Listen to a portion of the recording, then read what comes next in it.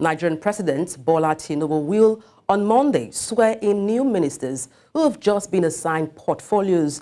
And to a statement made by the Office of Secretary to the Government of the Federation, SGF, this ceremony will take place in the conference room of the State House at 10 a.m.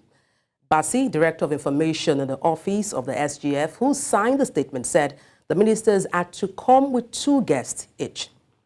Now, joining me to discuss this live in the studio is Jide Johnson, and he is an affairs analyst and also a senior lecturer at Nigerian Institute of Journalism. Glad to have you join us, Jide. It's a pleasure to be with you, and good day to our viewers all over the world. Fantastic. Now, let me just kick off right away. What's your impression of those appointed for various ministerial offices? Well, first and foremost, you know, it's of mixed feelings. There are those that you are expected to be on the list, and there are those that are not expected to be on the list.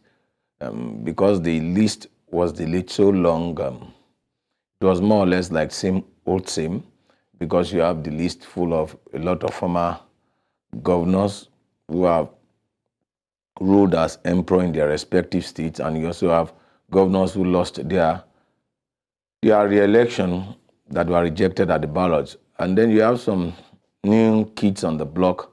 But overall, we have waited for the list. Now the lists have been released, the ministers have been screened, and they have been assigned portfolio.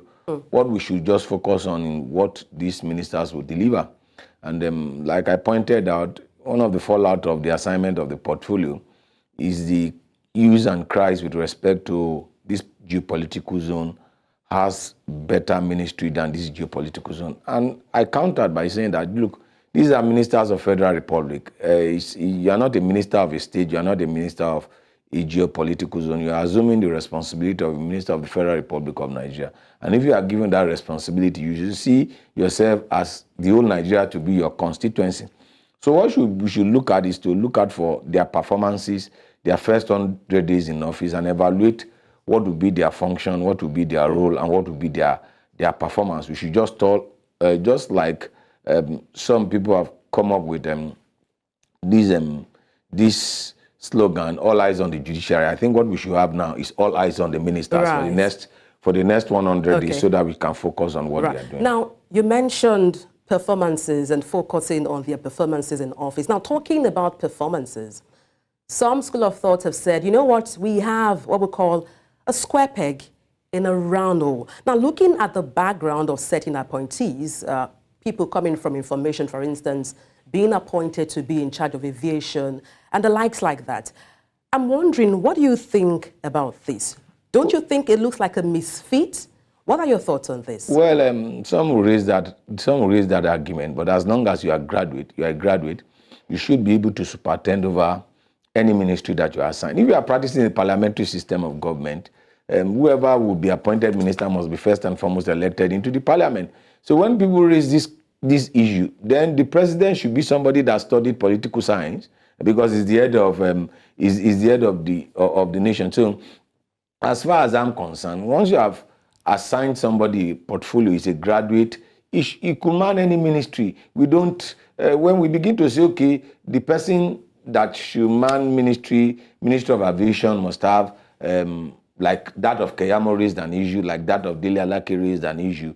Don't forget the technical expertise, the technocrat, the required technical expertise will be provided by the civil servant. So as far as I'm concerned, I don't share that school of thought where people will begin to say, okay, you know what, anybody that is a graduate of any discipline could be assigned to any ministry, as long as that person can take informed decision and can work in the larger interest of the nation. So I don't buy that idea that, okay, for example, somebody that will be in the digital economy must be an economist. Look, one of the best central bank governor we had was Adamu Chiroma. Adamu Chiroma did not study banking. We've seen people that are even working in banking sector. For example, the present acting central bank governor did not even study banking. He studied engineering. So it's only in Nigeria that people begin to draw a line, begin to look for one way or the other to criticize whatever people have. Portfolios have been assigned. What we should do and what should be our focus is to look at in the next 100 days, let all eyes be on the ministers and let's evaluate them on what they can do and what they have not done. That's my take. Overall, there's nothing we can do about their appointment. They've been screened, they've been assigned responsibility, and a lot of Nigerians have their misgivings with respect to the composition, but there's nothing we can do. It's the prerogative of the president to appoint his ministers, and it is the responsibility of the National Assembly to screen them in whichever form, in whichever way they choose to do it, and they've done their job. Our responsibility as the media and as a citizen is to ensure that we turn a searchlight on their roles and responsibility in the next 100 days and in the next 4 years, if the court rules that the administration will still be in power. All right. Thank you so much, Jide Johnson, for your insight on the portfolios and ministers in charge of different portfolios.